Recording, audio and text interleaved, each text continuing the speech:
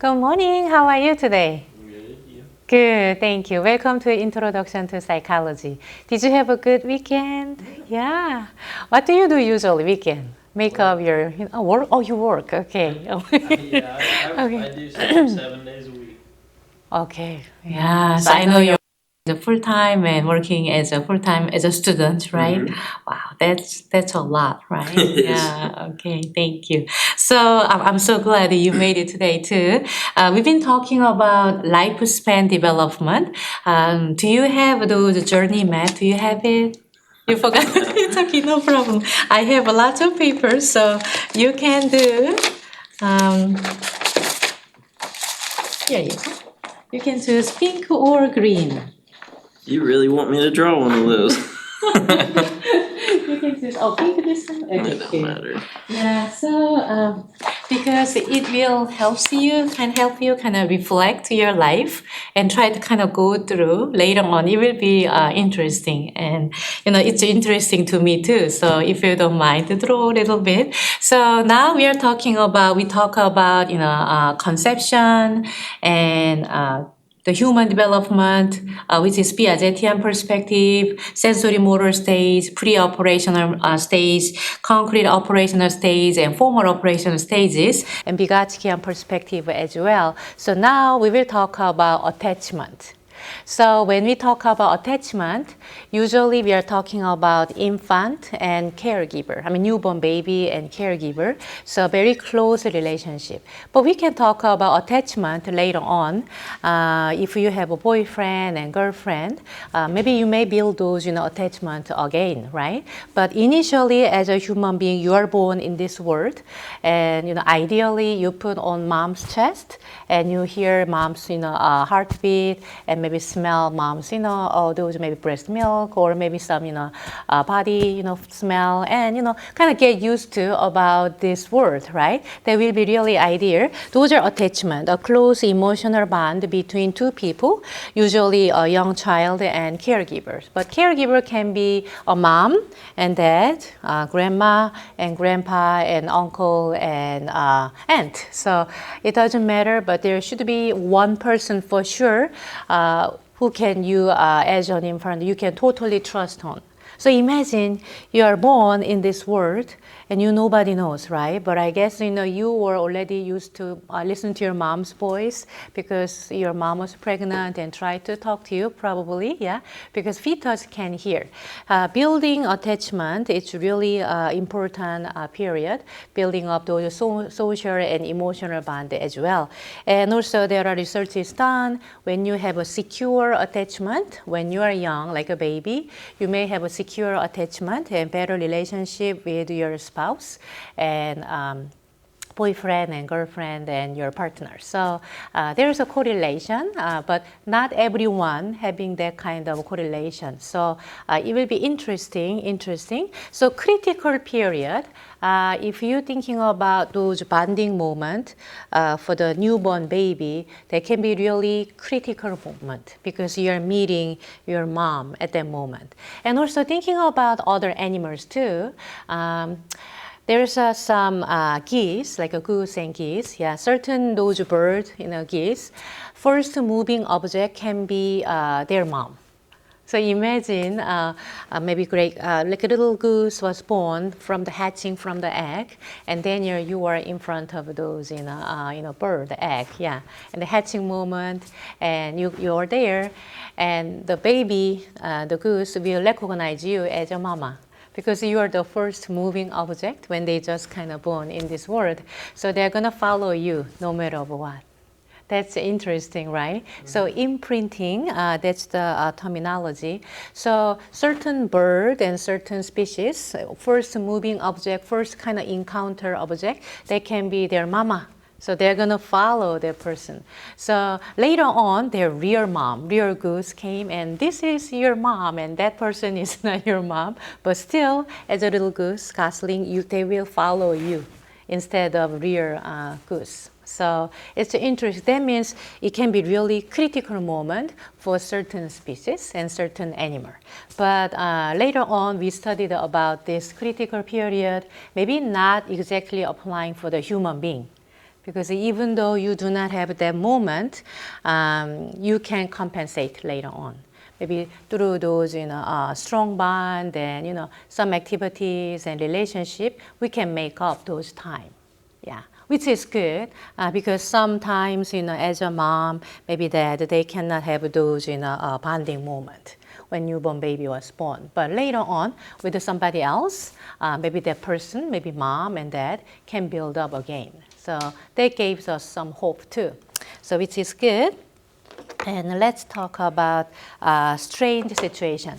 So scholars are interested about let's do some experiment and check about attachment. So this is like a strange situation. They kind of name strange situation. So imagine, do you see if those are A, B, C, D? Yeah, A, B, C, D. If you're looking at a baby is kind of playing with some toys in the center, and those are baby's mom. Kind of striped those dress. She's kind of I guess reading some books or maybe looking at certain things, and then baby try to explore. So that's a strange situation. That's a new kind of a laboratory setting. So baby never been to that space before, but mom is there, and there's like a random toys. So imagine you are a new kind of baby, about maybe 8 months and 9 months, kind of begin to crawl those baby. You are there, but your mama is there, but it's a totally new situation, and there's some like some new toys. As a baby, would you maybe explore, or maybe you feel scared? So you will explore. Why? Why do you want to explore in that situation? It's just what babies do. They like taking in their surroundings and figuring out the stuff. And then they're also more comfortable because their mom's there, so they're not upset. Very good point. So there's a mom, if I were the baby, maybe because I'm kind of nervous and maybe scared of everything, so try to maybe not touch everything, but I guess still mom is there, my mom is there, it will be okay. If something may be dangerous, maybe mom will say, stop, don't touch Sarah, right? So you kind of totally trust your mom and using your mom as a secure base. Because your mom is right there, maybe I can explore the new situation. But depending on the baby, some of the baby, they were really scared because never been to the new, that kind of situation, so don't want to play. It can be. And this B is, if you're looking at the woman, it changed. It's not their mom, it's an experimenter. So one of the experimenter. So she's there, your mom left. So imagine it's a new situation. Your mom stayed for a while and then just left. And then it's a totally new lady in front of you. If you were in that situation, would you cry? Probably. Yeah, stranger. Yeah, I would too. So depending on the baby's reaction, how harshly you react for the situation, they try to put the secure attached baby, secure avoidant, and secure resistant, and disorganized baby pattern. So second one is how you react for those. Yeah, they can be relating with those in categorization. And C, if you're looking at the C, your mom just came back. Yeah. So, oh, sweetie, did you miss me? So here, right here, so you're just kind of comfort your baby, and baby is really happy because mom came back. You may be smiling and stop crying at all, right? So right here, and then D, that's the kind of, again, that situation. So try to, how do they react when their mom left and then when their mom came back? So that was the key. And since they are little baby, like 9 months and 10 months, all those stages, it's less than 5 minutes.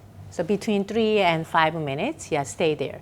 But for the baby, it can be for a long time. They may feel like it's really long time, right? So each station was kind of 3 minutes, 3 to 4 minutes. So depending on that, they divided by those secure attachment and insecure avoidant attachment, insecure resistant attachment, and disorganized attachment.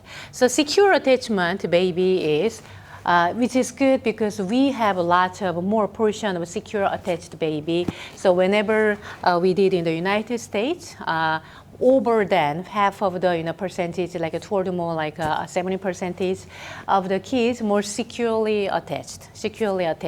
That means when their mom left, they may cry a little bit, but they kind of comforted with that experimenter. And then when their mom came back, they're so happy and then smiling and then maybe comforted again.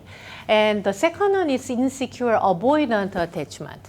So if you understand in that way, it's more easy. So secure avoidant attachment means they don't care because their mom does all the time. So their mom, even at home, do not have those, like a bonding time much. They just, mom, whenever she needed, just kind of left. And then when she want to come back, so doesn't matter. It's not a new thing at all. So those are more like an insecure avoidant attachment. Like a baby's perspective, I don't care if you leave, come back, you does all the time. So those are more like insecure avoidant attachment. And insecure resistant attachment means they're so upset. When their mom left, they're so upset, they cry so harsh, and mom, how could you do that to me? This is like a new situation. They cried, even maybe experimenter maybe stop, maybe shorten those session. Maybe they plan to 3 minutes, but maybe 1.5 minutes because they cry so harsh. And then when their mom came back, they're so angry. How could you do that to me? They may hit their mom and then cry maybe harder because those are more resistant attachment. They never been separated from their caregiver, so they're kind of showing their anger. Those are more like a resistant attachment. Disorganized attachment, it's kind of hard to putting in those categories. So it can be not exactly secure, avoidant, and resistant attachment. So this is interesting, and doing some experiment with a baby, and there's some like a correlation later on. So when did they try to measure attachment test? When the baby is around age 1, and then later on, when you become 20 and 21, there's some correlation when you meet a new person, like a boyfriend and girlfriend and partner, possibility was there. So kind of positive correlation. When you have a secure attachment when you're a baby, there's like a secure attachment with your spouse or partner. But not everybody, but there's a correlation. And when we think about infant and their development, attachment is really important factor. So. And around 8 months, babies have some stranger anxiety, which means when you're born, around maybe 3 months and 4 months, if you hold a baby, they're gonna smile at you because they're happy. You're kind of their health, right? But when they become older, like 5 months and 6 months, they will cry when you hold somebody else's baby because they realize you are not their mom or dad. Right? But for sure, when they become 8 months, they will have those, stranger anxiety symptoms. So if it is not their mom, they cry and they're not happy for those. Okay, so that was the attachment. Those are all the explanations: secure attachment, avoidant attachment, resistant attachment, and disorganized, and those insecure attachment. So we want to ask one question here. Is attachment unique to humans?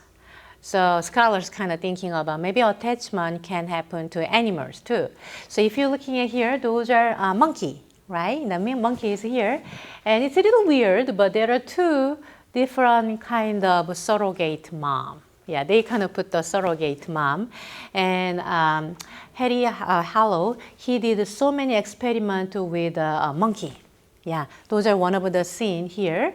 If you're thinking about those little monkey, newborn monkey, you just kind of born in this world, putting into a cage. Yeah, and then in that cage, you have 2 different moms. The first mom is very soft mom. Yeah, because with those cloth, but doesn't have a milk. The second mom has a milk. If you're looking at that, like a wired mom, it's a milk, but it's really cold wired mom. So they measure how many times the little monkey stay with those cloth mom versus a wired mom. So what is your guess, Daniel? Cloth It's on the cloth one. Cosmos again. Yeah. So you're right. You're right. So when you're thinking about that, maybe the monkey will spend time with those milk because it does have a food, but actually whenever monkey is hungry, spend just a second kind of those having those milk and then stay all day long with those cloth mom. So from those experiments, Harry Harlow thinks maybe food is not a really important factor forming some attachment. Maybe those in soft contact and those warmth. And that's really matter. So when you have a baby, as a mom and dad and grandma and grandpa and aunt, you try to hold their baby, right? Hold their baby softly, maybe putting into some, soft blanket too. Those are really important. Building, enhancing those, bonding and attachment. So if you're looking at the baby monkey, spend all day, kind of spend a lot of time holding those cloth mom instead of those wired mom. So on the line, according to the Harlow, this demonstrates the importance of a contact comfort in attachment. So when you have a baby, maybe hugging the baby and touching the baby and massage the baby and try to maybe, all kind of, those soft touching is really important factor for the attachment. So remember, but of course we need to feed them. That's really number one thing. But if you're kind of looking at this experiment, they're kind of spend most of the time kind of holding those soft cloth mom. So that was interesting. So this one is, we are talking about lifespan development. So far, we've been talking about conception and, infant and early childhood and middle childhood. We are getting toward more like an adolescent, kind of halfway through. But before that, we will talk about parenting style. So Daniel, if you're thinking about your parenting style, maybe I will explain and then please tell me what kind of maybe parenting style did your parents use for you when you're growing up? Maybe elementary school, junior high, and maybe adult, right? So here, there are three different kind of parenting style. First one is authoritarian. So authoritarian parenting style, it's not exactly bad, but it's very strict. It's very strict. So approach to parenting, which parents require children to obey unquestionable strict rules, which means not much negotiation because they believe they know the best path for you. So Sarah, this is the way. After graduating high school, you need to go to this university because that's a really good university for the education. And maybe after that, maybe I will suggest to go to, this direction and this direction. And please follow me. This is the best route for you. And that was more like my parents, like authoritarian parenting style. And I had some curfew, 10 p.m. So no matter what, I need to get back home. But when you're thinking about some fun, like junior high and high school, all the good, like some interesting thing happen maybe after 9 p.m., maybe 8 p.m. So getting home by 10, that's really challenging for me. But no matter what, I need to come back home 10 p.m. No negotiation. That's the, set kind of rule, right? That's the authoritarian parenting style. And permissive parenting style is kind of opposite. So, oh, you're my precious baby and kids, you can do whatever you want. As a mama, I will fully support you, which is really good, very supportive parenting, but there's no, strict guideline, more like very lenient and, oh yeah, you can come back whenever you want to, or maybe, yeah, just kind of come back. That's the rule, yeah. So not much like a rule. So sometimes they can be overwhelming, but lots of freedom. So approach to parenting, parents place minimal demands and allow children to run their own lives. Those are more like a permissive parenting style. So authoritarian and permissive, maybe we need to between, right? Those between is authoritative parenting style. So ideal parenting style, as a parent, there are certain boundary, like a 10 p.m. You need to come back 10 p.m. But since this is like a prom weekend, I know all the fun things can begin after 9 p.m. You may come back like midnight. but it's a special. But I totally understand. So usually 10 p.m. is the curfew, but this weekend you can come back midnight. So negotiation can happen and try to make a decision together. Yeah, even though I'm a parent and I know the best route for you, if you do not like it, maybe that's not best route for you, right? So we need to negotiate and talk together. And you set up the rule, but you explain why you set up the rule in that way. And rules can be negotiable too. So those are more authoritative parenting style. So Daniel, if you don't mind, what kind of parenting style did your parents use for you when you kind of grow up? Authoritarian. Authoritarian? Yeah. Just like me? Okay, good. So I realized because parenting style is my interesting research topic. So I've been read lots of research papers and I did research with those parenting style as well. So one of my recent study was depending on those parenting style, how about college students' school adjustment? I thought that's really interesting because I believe parenting style is a really important factor to grow up. And later on, when you become adult, like a college student, is there any correlation between parenting style you received from your parents and how you adjust well in the school setting, like a college school? So that was interesting, yeah? So when I ask you, maybe I'm gonna ask you, so authoritarian, but those in the parenting style has been changed or very consistent? When you're thinking about with them? elementary, junior high, and maybe high school and become older. It would get a little more lenient the older I got. I mean, more or less, they were authoritarian until I was about 18 almost. But once I started getting closer to, 16, 17, 18 is when they started, you're allowed to do whatever because we know we made you to be a good, adult human being. Okay. But yeah, most of the time is authoritarian, and I mean to the point to where I wasn't allowed to listen to music that wasn't Christian. That's how strict they were. Okay, good. Thank you for sharing. So, I know our reflection paper due is this month. Yeah, I think 30. That's the Thursday, right? So, I know you haven't chosen any research paper. The reflection paper topic.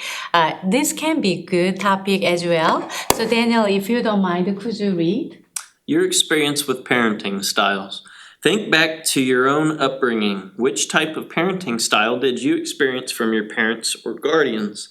How do you think being parented in this way influenced your development? Okay, so maybe I will ask about the second question to you. And maybe if you have a child later on, what kind of parenting style would you use, would you apply for raising those kids? So that can be my question. So if you're listening my lecture, thinking about what kind of parenting style did your parents use for you, and how those parenting style kind of influence for you and your learning and development. And if you become a parent later on, what kind of parenting style would you apply for that child? So that can be good reflection paper topic. If you haven't chosen any, maybe you can kind of reflect about your personal life, right? Yeah. So Daniel, if you don't mind, so how do you think maybe being parented in this way, like an authoritarian parenting style, influence your development? Kind of influences everything, really. It allowed me to realize, what's right and bad and give morals, and I don't know, just how you're raised is how you're going to be most of the time. Obviously, if you hated how your parents raised you and you try and rebel and do the opposite of what, then it wouldn't. But I didn't think it was that bad to the point to where, but like I do realize how I want to raise my kids in the future with like a mixture of all that. Okay. Because I don't want my kid to just be staring at a tablet all day. Sure. Yeah, thank you so much. Yeah, if I'm thinking about my parents' authoritarian parenting style, it's not all the time bad at all because they really truly love me. I'm sure your parents truly love you, Daniel. yeah. So they know the best way to raise their kids, and they know the best way maybe for their future of their child because from their own experience, from their own mistakes, and they feel like maybe this is the way, maybe this is the good direction for your child. So I mean, somehow it works for me. I was not a rebellious child at all. I was kind of timid and very soft child, I guess, from young age, and afraid of everything. So maybe, but I guess those kind of authoritarian parenting style makes me more anxious, I guess. So maybe that's kind of some side effect. So I'm very obedient and do not question much. Sometimes I need to voice up, but usually I try to not to. Maybe kind of raising up in that kind of perspective. So I usually listen well, and I do express my emotion and my thought, but not all the time dominantly, because more like try to listen well and maybe obedient and follow the direction well, and maybe good morality as well, which is right and wrong. And even though like a tiny thing I cannot sleep well because maybe I did something wrong, maybe that's not right things to do, because my parents kind of pushing me that maybe Sarah, not the right things to do. Always kind of correct me. But I mean that can be good thing, kind of soft heart and very sensitive in terms of those morality and relationship wise. But at the same time, I wish I could be a little bold at certain time, right? More like a courageous to make a decision. But I think that it's all the time. There's not perfect, those form of a human being. We do have some lacking point, and we have some strengths too. So that's who I am. But ideally, authoritative parenting style would be good for raising their kids. But I realize, when the kids are young, some of the parents, they are using more authoritarian because they are young and they need a lot of guideline and the good direction. But when they become older, which is junior high and high school, they become more lenient, maybe more authoritative parenting style. And then when you become more high schooler, maybe 10th grade and 11th and 12th, more like a permissive. Now, you have your own driver license, you can do whatever you want. You are maybe almost like an adult. So I realized at the beginning of human being's life, like elementary school, as a parent, more using authoritarian, but more like a authoritative, and later on more like a permissive. So even though you're thinking about your parents' parenting style towards you, maybe it can be not consistent. It can be changed. And the big question is maybe thinking about in that way. If you're thinking about your mom and dad, do they have the same parenting style? Because sometimes it can be really confusing. Maybe your mom is really authoritarian parenting style, but your dad is more like a permissive. Yeah.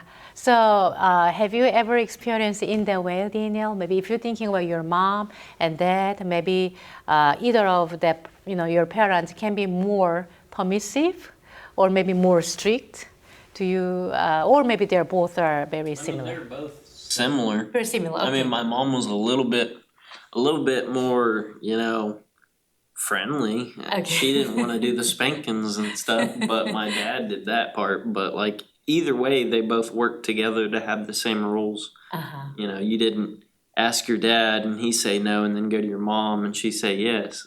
They knew. They're like, nope. You ask one of us, not both I of see. us. That's good. That's good. Actually, that's better for raising a child because if your mom is more like a like authoritarian, but your dad is very permissive, as a kid, it's really confusing. And also maybe they want to use all the time to the dad because dad will be yes man, more like you can do whatever you want, but mom will not allow you. So it can be really confusing and maybe struggle between those two. So I know, but some of you may kind of growing up in that environment, it can be a good topic. Talk about what kind of parenting style each of your parents use, maybe differently or maybe same. How confused that was. You can kind of discuss in that direction.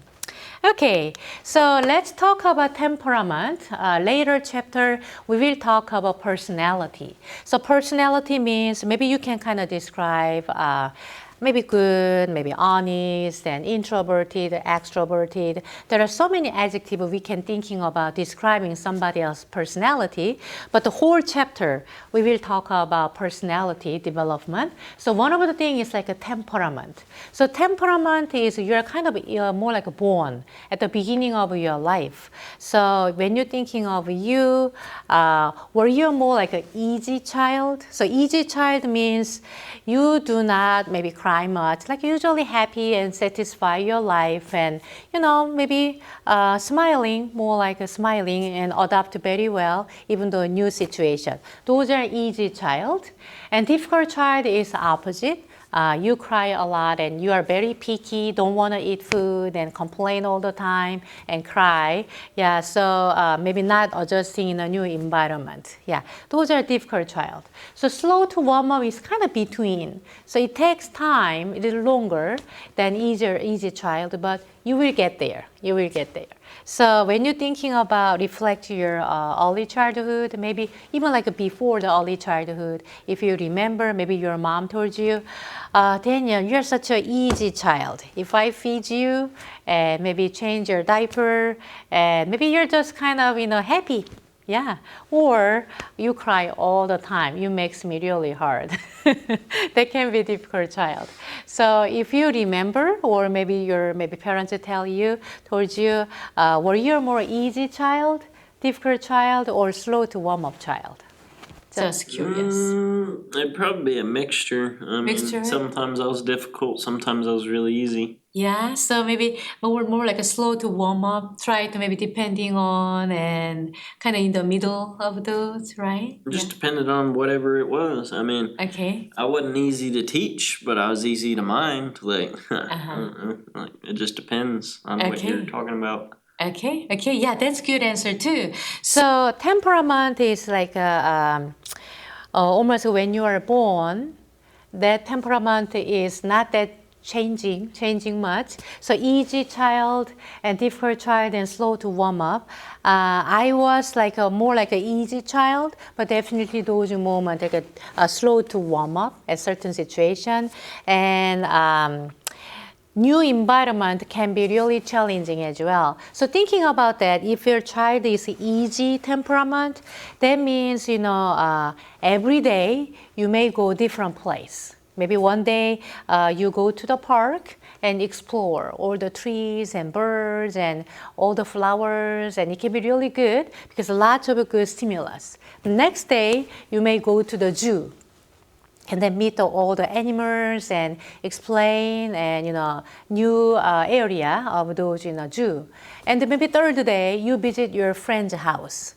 And maybe your friends has some child, let them play together. So it's really good for the easy child because the easy child is adjust very well, maybe need some new stimulus every day, right? But if you are a difficult child and having some difficult temperament, as a parent, you need to be kind of fit more, like do not introduce too much different stimulus. Maybe visiting somebody else's house can be too much for your baby. You may invite those kids to your house because your kids are familiar with your home. Instead of visiting somebody else's house, you invite them to come over. So let them kind of play together and adjusting the new environment.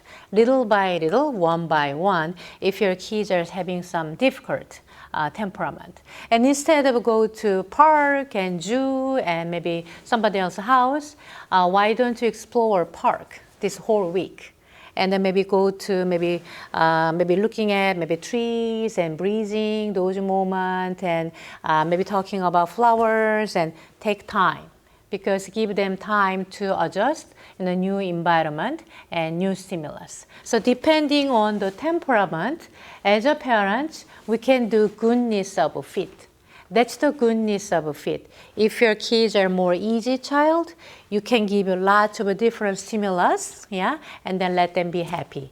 But if your child maybe having some difficult temperament, everything slow down, and step by step, one by one. Yeah, because they may do not like those too much stimulus at one place. So that was talking about our parenting style and temperament. Let's go to the next topic. I'm really ready to learn from you guys because now you are in adolescent. If you're listening my lecture and Daniel came from the adolescent, so maybe you can share and talk about your adolescent period as well. So when I say adolescent and adolescent period, what comes into your mind, Daniel? Anything. Pre-adult. Huh? Pre-adult. Pre-adult, pre-adult, yes, very good, very good. So when you're thinking about adolescent, which is junior high, most likely junior high and high school, anything positive things do you remember? Maybe positive experience? My friends, that's about it. Were your friends, you kind of hang out with your friends all the time? Do you still connect with that friends? One of them. Okay, that's good. That's good. How about maybe if you're thinking about adolescent, negative. Negative means more like a regretful. Yeah, maybe I shouldn't do that. I shouldn't have done that. Yeah, maybe I should do that, but I kind of regret right now. More like I should have done. Maybe I shouldn't. Anything you regretful things if you remember, if you don't mind. Not really. Not really. Yeah. Okay. Good. Good. Good. So, I mean, that's peer relationship is really important. So when I thinking about adolescent, I met my best friend when I was in sixth grade. I still connected with them. They all live in Korea, but whenever I visit Korea, it's just like we are meeting all the time. That kind of feeling, right? Even though we haven't seen for a couple of years, and I can kind of tell anything with that, like my friends. So there, I have two best friends. Yeah, if I think about my adolescent, they're my supporter. And I got really good, a support system from my peers instead of my parents. So my parents are more authoritarian. I kind of introduced a little bit, but my friends are very supportive. And authoritarian parenting can sometimes give the little kids some less confidence, like a less confidence issue, and my self-esteem was not that high when I going through like elementary school and kind of going through like a junior high, because I was always thinking, Sarah, you need to do more. Because there's a chance that you can improve more. That's my parents. They kind of push me to, Sarah, you did a great job, yeah, but you can do more. If you put more effort, you can be better. So always I was thinking, maybe I need to do more. I need to do more to please them. I need to do more to better, to making me better. So I was not that confident, and maybe my self-esteem was not that high. But when I met my best friend, like a sixth grade, they always encouraged me and Sarah, you're doing great, and I really like this and this and this. So they kind of building up, boost my self-esteem. So I really need to appreciate them and meeting those good friends. Yeah. So if you're thinking about adolescent development, it's a transition from childhood to adulthood. So it's kind of between, but we do not know when do you exactly start your adolescent kind of end. First thing is like we are developing physically and social and emotionally and cognitively too. So physical development is a big thing. Yeah. So Daniel, when did you hit your growth spurt, if you remember? I used ninth grade. 8 through 9. So you are pretty like a big and tall kids, yeah, until like 8 and 9, and kind of stay until now, or you grow a little bit. I was pretty short until I was about ninth grade, and then I finally Just kind of grew. jump. Yes. Okay. Sprouted out. Okay, good. So guess what? My height, I was always a tall kid until like a sixth grade because I was keep growing and growing. This is my sixth grade. After my sixth grade, I doesn't grow at all. I didn't grow at all. So this is my height. Yeah. So guess what? for whole my elementary school, I was like, oh, Sarah, she's tall because I was kind of growing and growing and growing. But I guess my growth spurt was like sixth grade, and after that, hopefully do not shrink. So this is like my height. But Daniel's case, you're not that tall, like a pretty like a medium, maybe make kind of you said like a short, and then like when you reach eighth and ninth grade, you just kind of bump it up and then kind of jump and then maybe very tall. Yeah. It was like went from 5'2" to 5'10". That's about it. Okay. But still like a lot of jumping, and then you still have to kind of maintain those height. Okay, good. So we do have those big moment. Growth spurt will happen, and used to be like maybe short kids, but during those summer break, they grow a lot. And when we meet together in the fourth semester, you do not even recognize them because they grow so much sometimes, right? So it will happen, those physical development. And also as a man and woman, we are ready to have a baby. Yeah, testosterone and estrogen level is increasing, and also those the physical development. Yeah, you're as a woman, your hip kind of widen and maybe breast developed, and ready to have a baby. Yeah, and also the man case too. So voice changes and more like a masculine body shape, and those like a physical development, and maybe hit the growth spurt. Yeah, so. Physically, it's a different kind of puberty will happen around more like the beginning of the adolescence. Those are like a puberty, like a physical development. Later on, cognitive development still matter. Prefrontal lobe. We've been talking about those brain function, and frontal lobe and prefrontal lobe. It's still developing. And when you reach the adolescent, you may make a mistake and sometimes do not make a wise decision because those prefrontal lobe is still developing. People say it will develop until age 24 and 25, but recent research said maybe even up to 30 years old. So still developing those prefrontal lobe, which is you need to study like right now as a college student and also high school students. You study a lot. Your prefrontal lobe is rapidly developing right now. And more like it will be done 24, 25, but recently more like 29 and 30. So whole kind of maximum of entire your adolescent through age maybe 29 and 30, your prefrontal lobe is rapidly developing. That's really important function of the prefrontal lobe, making a decision. Those are executive role. Making a decision, plan ahead, and organizing skill, those part is developing during those adolescence.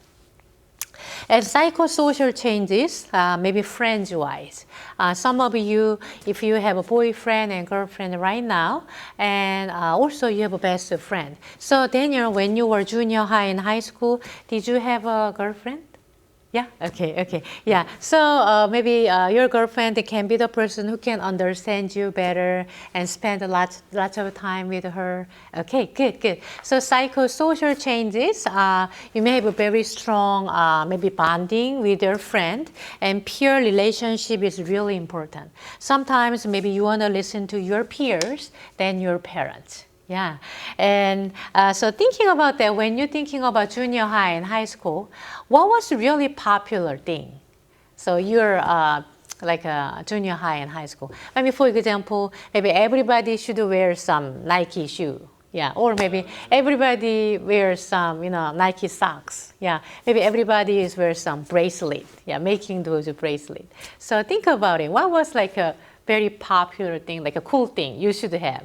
Like you said, Nike crew cut socks. Okay, Nike, just the logos, brands and stuff. Breast cancer awareness bands, really? rubber bands. Those are really big. Yeah. So were what were they called? The bracelets that are the shape of something. It's like a little bracelet that looks like a dinosaur. Like when you take it off. Yeah. I forget what they're called. Yes, I know what you're saying. That would be Uh, middle school. I'm trying to yeah, remember. so many things they Yeah. kind of put like this much, Yeah, right? you collect them. Yeah, It'd be you like collect them. people Yeah. would have Phineas from Ferb ones or Uh-huh. dinosaur ones. Yeah, But yeah, that's SpongeBob that and stuff in uh-huh. yes. And then high school it kind of changes a little bit. You know, who has the nice lifted trucks and who Oh. has, you know, the hunting stuff and Uh-huh. I don't know, it changes as you get older, of course. Yeah, But, yeah. But that's, your memory of a reflection of your adolescent or junior high and high school. That was cool things to do. Yeah, very good. Thank you. It's really interesting. I know all the, what did they call? That's a rubber band. Yeah, I'm trying to remember what they're called. I forgot. Something bands. Yeah, something, not rubber Silly band. band? Silly band. I think it's a silly silly band. Yeah, silly band. So all different kind of shape. Yeah, yeah, I still remember. Yes, yes. So that was popular. So adolescent, it's a age-wise 12 and 13, which is like a sixth grade through 18 years old, like early 20s. Even some of you may feel like I'm adolescent. That's okay. That's okay. But I guess it's really hard to kind of say from here to here adolescent. So depending on you, you may feel differently, like physically. Maybe even though you feel like right now 13 and 14 and 15, you do not feel like not much changes. It can happen sometimes late, kind of developing as an adolescent period, like a puberty can hit a little later. But those are, we want to say it's a between. So you're not a child anymore, but you're not an adult. So it can be insecure in terms of that, but at the same time, lots of potential. You don't need to be, responsible at certain things because you're still under your parents' guidance, right? Yeah, those are, adolescent. And puberty is a physical changes that occur in the body as a sexual development, and maybe you are ready to have a baby, but psychologically and mentally you are not ready. But there are teenage pregnancy, 15 years and 16 years and 17 years. Their body is ready maybe to have a baby, but I guess psychologically and socially and emotionally, not that right time to raise kids because they need to study and graduate their school and they have their own career path. But sometimes it can happen to you and you may have a baby and raise your kids. So there are different paths. Yeah, but I do respect all their, your decision. So girls begins puberty earlier than boys, usually 2 years earlier. Girls hit those growth spurt between 10 to 12, and boys will be more like a 12 to 14. But I guess Daniel's case more like a 14 to 15. Yeah, 14 to 15. I think it's fun whenever you see that age gap right there where girls hit puberty because it's hilarious seeing like tall girls compared to the short boys. My sister, she was a year older than me and she thought she was going to be taller than me for the long. I was like, I'm going to be taller than you, trust me. Next thing you know, I shot up and got taller than her and she's like, yeah, it happened because girls usually hit the puberty earlier. And for me, this is my height. I was like a tallest woman in this world. But I guess after sixth grade, this is my height. Doesn't grow at all. Doesn't grow an inch. But hopefully doesn't shrink. That's my hope. So it's interesting, right? Yeah. So, the couple of characteristics of the during the adolescent period, egocentrism. So, have you ever felt when you are in junior and high school, when you open the classroom door, seems like everybody is looking at you, you feel like you are on stage. So they will care about what you wear on that day and maybe hairstyle, maybe how much silly band do you have. So you do kind of care about those attention. Have you ever felt those kind of attention from other people? Yeah, me too. I did it too. So I tried to, thinking about what kind of color do I need to wear for the school. It should be like a yellow or maybe, like a little, darker yellow, or it doesn't matter actually, but, I do care about it. Yeah, sometimes I feel so good and sometimes I'm not that good because I'm maybe I do not like that look and those things. Those are imaginary audience. So as an adolescent, it's not exactly selfish, but very egocentric. characteristics as an adolescent. So egocentrism, it was happen when you were in pre-operational stages. Do you remember age 2 to 7 years old? There are two cups, and there's like a one tall cup, right? And pour one of those, milk or water into the taller cup. All the kids, if you are in pre-operational stages, age 2 to 7, they're gonna say tall cup has more water because they're focusing on one thing, tallness, right? And they do not see the, those, wide, how wide was that the cup. So those are more like an egocentric perspective, only focusing one thing and focusing to themselves. So they do not see how other people think about the situation. It will happen again during the adolescence, which is like an egocentrism. And sometimes the adolescent, they may feel like I'm on the stage. Everybody will pay attention to me. It's really matter how I talk, how I wear, how I, maybe say certain things. It can be really matter. But honestly, it's not that big thing. And when you grow older, maybe high schooler, 10th grade and 11th and 12th grade, it does not matter that much. I just kind of be me. Yeah, that's who I am, and do not care much about those. So it was happening to you, Daniel, too? You're kind of more sensitive when you're junior high, and later on when you kind of get older, like 11 and 12th grade, you feel like just, this is me, and it's okay. Well, yeah? and it just builds every time as you get older and older. You start caring less about really, what people think and Yeah. more about what you actually know of yourself. Yeah. So growing up in more like a collectivistic culture, it was really big thing, like an imaginary audience, very sensitive toward what I kind of say and wear, and kind of I really do care about all the people's like attention. So those are more like an imaginary audience. The second one is personal fable. You are having those imaginary audience and being like a stage, but at the same time, somehow you feel very confident, very awkward confident, which means, everybody will get maybe flu and they need to get a flu shot, but I don't need to because I'm strong and, my immune system is really, really strong and high. I don't need to get any like a flu shot. So more like invincibility, and somehow, you have those, confidence. Everybody will caught maybe cheating, but not me. I can do it. Maybe I have a good ability to kind of sneak in and do those cheating stuff. So I will not caught. But obviously, you can be caught anytime, just like other people. But sometimes adolescents think they believe themselves to be very special and invulnerable. Do you have any reflection or maybe memory of those? Somehow you are very confident in certain area when you are in adolescence? Probably not me. I wasn't very confident, but with some other people, they were irrevocably confident and made you want to punch them in the face sometimes. Yes. Because they just were cocky. Very cocky. Maybe I need that word, cocky. And maybe they shouldn't, but I guess obviously that's not the right thing to do. But somehow they're very confident without any clue. Right? It can happen as an adolescent. Those are personal fable.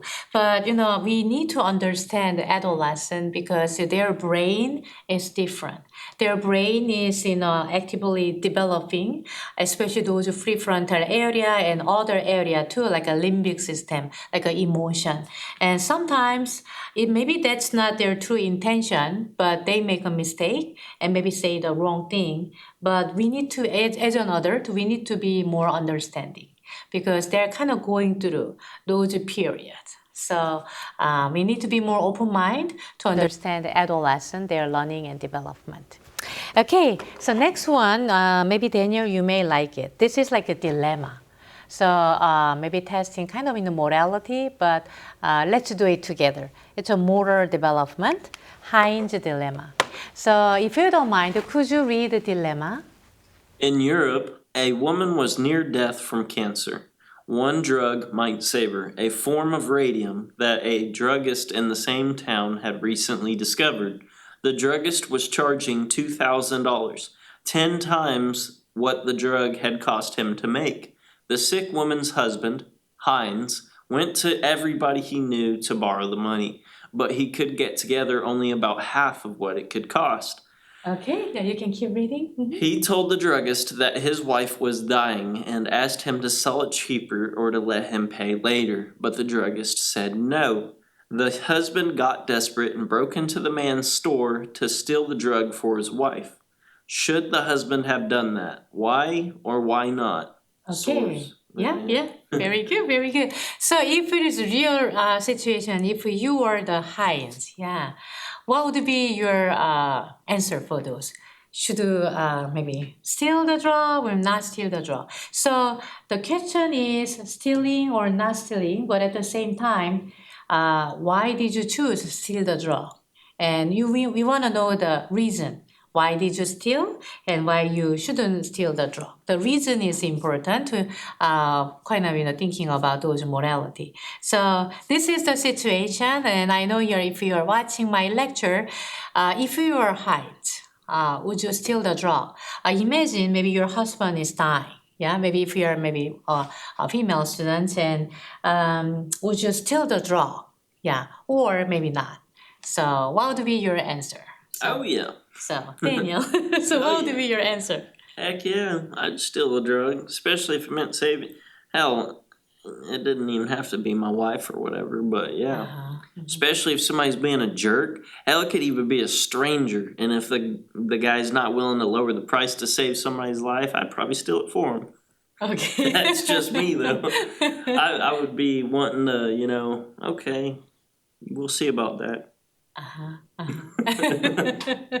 Yeah, so this is interesting because Daniel said if it's my wife, definitely I'm gonna steal the drug and try to cure my, wife's disease, right? Cancer.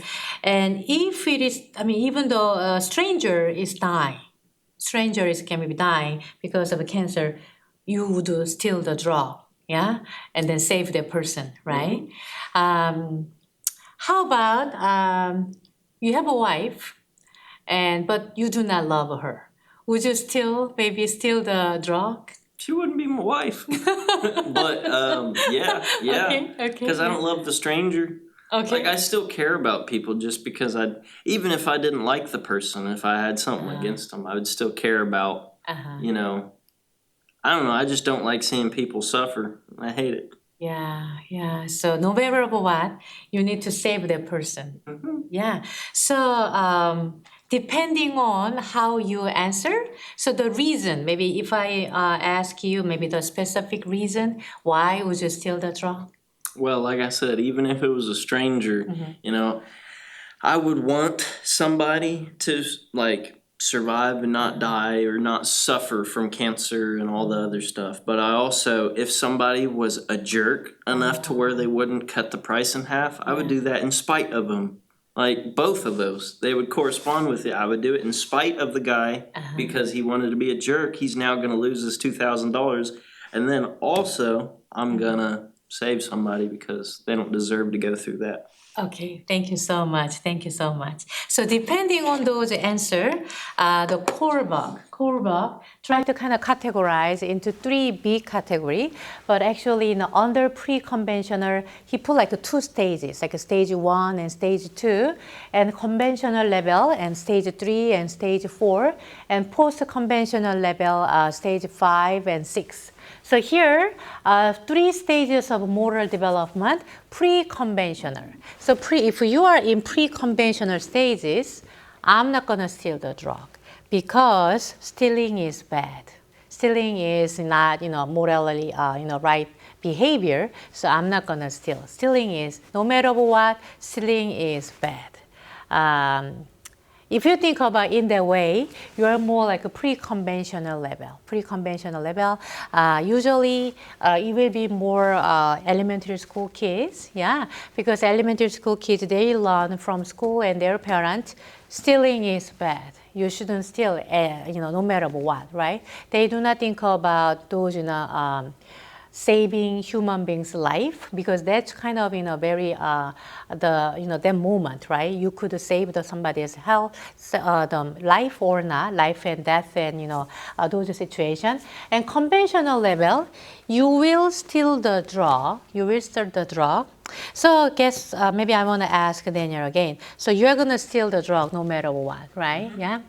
And how about because you're steal the drug, you may go to jail and maybe stay there for a while. Would you accept that, or maybe it doesn't make sense? Because I mean, I would accept it. It can't be that long for $2,000. okay.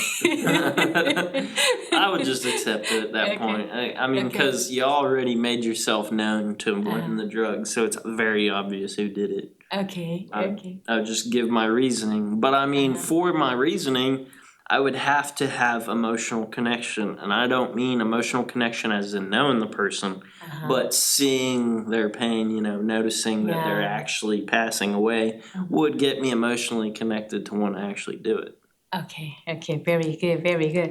So conventional level is more like when you're thinking about stealing, we can in our society we set up the rule. If you steal somebody else's money and possession, maybe you need to go to jail, maybe stay, maybe a couple of months and weeks and like year, yeah, depending on how much things you steal. So that's kind of society's rules and law, right? In order to become a good citizen, since we are living in this community, as a good citizen, you need to follow the rule and law, right? Those are more like a conventional level. Post-conventional level, stage 5 and 6, those are a little different. Law and rule, we made it. We made it for our society. So when we read those Heinz dilemma situation, the drug is charged 10 times more. That's not right, right? So a person is dying, my wife is dying, even like a stranger is dying. I want to steal the drug and then give it to the person who suffered the cancer, and then I'm going to save that person. So I did the right things to do as a human being, right? So I shouldn't be in jail. Because even though I'm violating society's rule, stealing is bad, but I have a better, higher rule, which is a universal rule. Universal rule, no matter what, we need to, save somebody else's life. That's more precious than anything else. So if you are more post-conventional level, you don't need to follow the, a rule and go to jail. It doesn't necessarily, because we set up the rule was not right in this case. So if you think strongly in that way, more like you're post-conventional. So honestly, my case, if it is that situation, I'm gonna steal the drug for my husband to save. If it is like a stranger in front of me, I try to save. But maybe I heard of it. Honestly, I do not know, because it's a stranger, and how can I save the person? Probably other person who knows better than me maybe can save that person. But Daniel was really determined. No matter what, I'm gonna save, right? So here, I feel like I'm kind of between conventional and post-conventional. I'm gonna steal the drug for my husband, but at the same time, I'm going to receive any sentences like our society and those rules. I need to follow the rule, because I live in this society. Even though the druggist did something wrong, stealing is bad in my morality. I mean, that's kind of maybe it's hard to not to accept those stealing as a bad behavior. So probably I'm going to stay. I do not know. Hopefully less than maybe 1 or 2 years, right? Maybe staying in jail. Those are more like a kind of between conventional and post-conventional. But I guess Daniel's case, I can say it's more like a post-conventional, very determined to save somebody else's life, even though it's a stranger, even though you do not like your wife. Yeah, kind of little tricky situation. But, of course, you love your wife. But, even though you do not love her, you're going to save whatever, because, you do not see the suffering of somebody else. So it's really interesting. Those are core bugs, morality and moral development. development and Heinz dilemma. So I will explain. This is like a pre-conventional morality. It's really based on the consequences. Stealing is bad. If you steal somebody else's possession, you will go to jail, so I'm not going to steal. Those are more like a pre-conventional level. Conventional level, an action is morally right if we compare to the rules of a society, and wrong, maybe you need to follow the rule to keep that society safe place. And post-conventional morality, morality is determined not only those society's rules, we made those rules and law. So in this case, maybe you need to determine by your own universal rule and law. So it can be, maybe it can be disagree with the society's rules and laws. It can be, yeah. To save somebody else's life, and druggist did something wrong, so I do not follow those society's rules in this case. You can kind of say in that way. Those are three core box level of morality. So that was an interesting discussion, right? Yeah? Okay. This is another person, Erik Erikson. He did, just like a Piagetian perspective, if you remember, sensory motor stages and the pre-concrete, sensory motor stages and pre-operational stages and concrete operational stages and post-operational stages. So Piaget said there are 4 different stages when we're thinking about human development. But Erik Erikson say there are 8 different stages.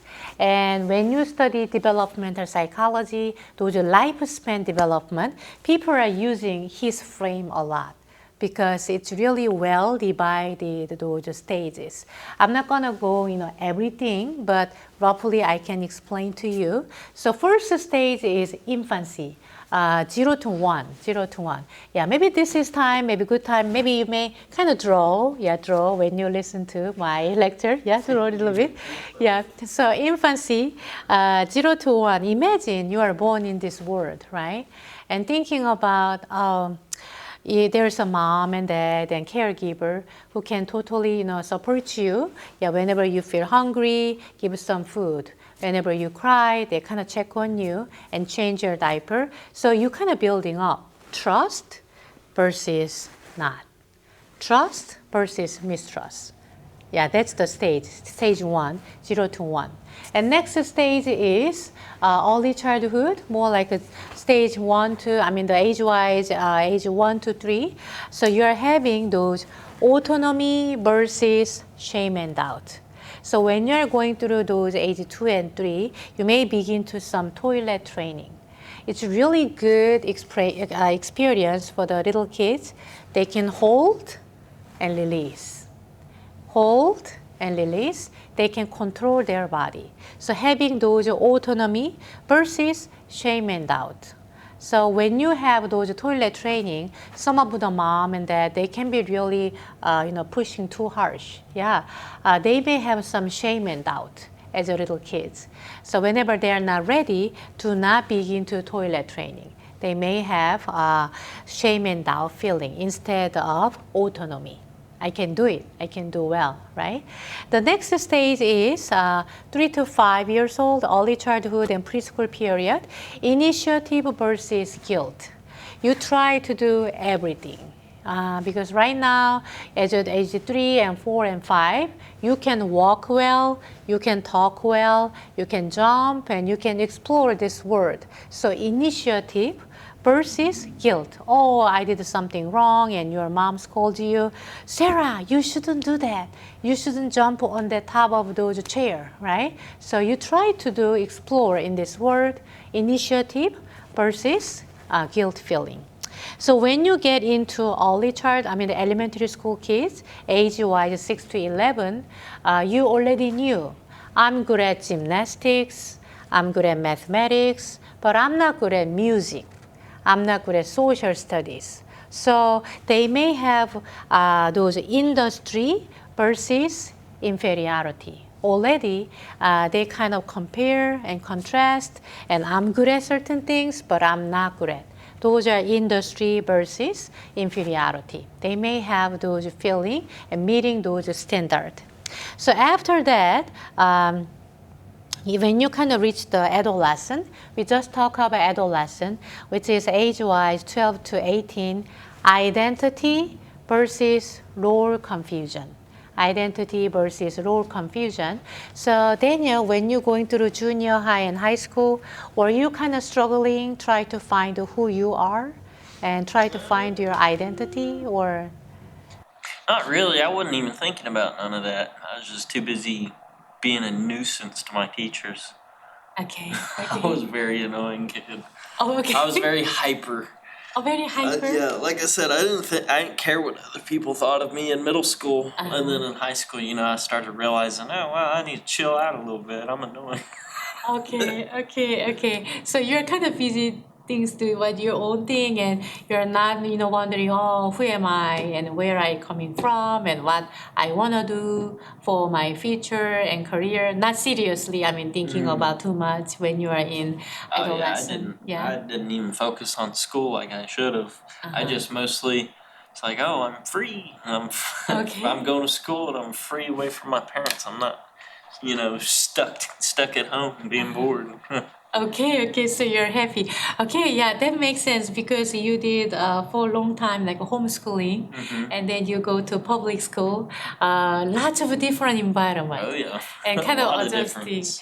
And I'm glad that you're enjoying. Seems like you enjoying, right? Yeah. Yeah, enjoying those new environment and new teacher and new friends too, right? So I'm so glad you kind of went well those adolescent, but not too like seriously. Who am I? What do I like? And what should I do for my future? You may think, but I guess it was not the huge portion. I Yeah. guess for you, yeah. But some of you may going through right now, if you're listening my lecture as an adolescent period, as a junior high and high school students, who am I? What should I do for my future, my career, my major? You may kind of wonder about those, right? Yeah, it can be happen. Those are adolescent period, identity versus role confusion. And the next stage is adulthood. So adulthood, we kind of divide by three. Erik Erikson divide by three. First is early adulthood. I believe Daniel is in early adulthood, age-wise 18 through 40. Yeah, 18 through 40. And middle adulthood will be age-wise 40, 45 through 60 and 65. Those are middle adulthood. If maybe your parents can be in middle adulthood, possibly, right? And late adulthood can be your grandma and grandpa, age-wise 60, 65, and maybe 90 and 100. Yeah. So I want to ask you, Daniel, would you like to live up to 100? I don't think so. You don't think so? It really depends on if my wife is still alive or whatever. Okay. Really, probably not, because everybody's gonna be gone in my life. I don't know. feel Like I lonely? told you before, and you said that was early. I think 65 to 70 is the oldest I want to be, but Okay. supposedly 65 is middle adulthood right there. Yes, yeah, you shouldn't go to heaven. That's too early. It's never yeah. too early to go to heaven. I know. Yeah. So, hopefully we have a good, healthy, situation so we could live long, like a longevity, long life. Yeah. So, when you're kind of thinking about young adult, which is you, and between 18 through before those in 40, intimacy versus isolation. Try to find your right person. It can be your partner and spouse and maybe boyfriend and girlfriend. In terms of that, Daniel, you did a good job. You have your girlfriend. So, you kind of, you have that person. That means you can share everything. Yeah. You can share your future and maybe you can share all the financial situation too. Yeah. Kind of building up together those family, right? Yeah. Those are intimacy versus isolation. So when you are in early adulthood between 18 and 40, if you do not meet yet, that's totally okay. If you don't have a boyfriend and girlfriend, that's okay. You have a time. Yeah, early adulthood means between 18 through 40. Yeah, we have still time if you're watching my lecture. Yeah, and after that, middle adulthood, which is your mom and dad, generativity versus stagnation. As middle adulthood, you want to leave your legacy to the next generation. Next generation, yeah, that's the middle adulthood, and the last stage is old adulthood, which is ego integrity versus despair. As a 75 years old, maybe man and woman, I lived my best life. I have my wife, and I have 3 children. I have 10 grandchildren. So this is really great life. I appreciate my life versus despair. What did I do for my life? Yeah. So we will talk about, we are at the end of this chapter, but we will talk more this Thursday about middle adulthood and late adulthood and go to the next chapter. So thank you for listening and have a great day. And lifespan development, we are growing and growing every day, little by little. Okay, have a great day. Okay.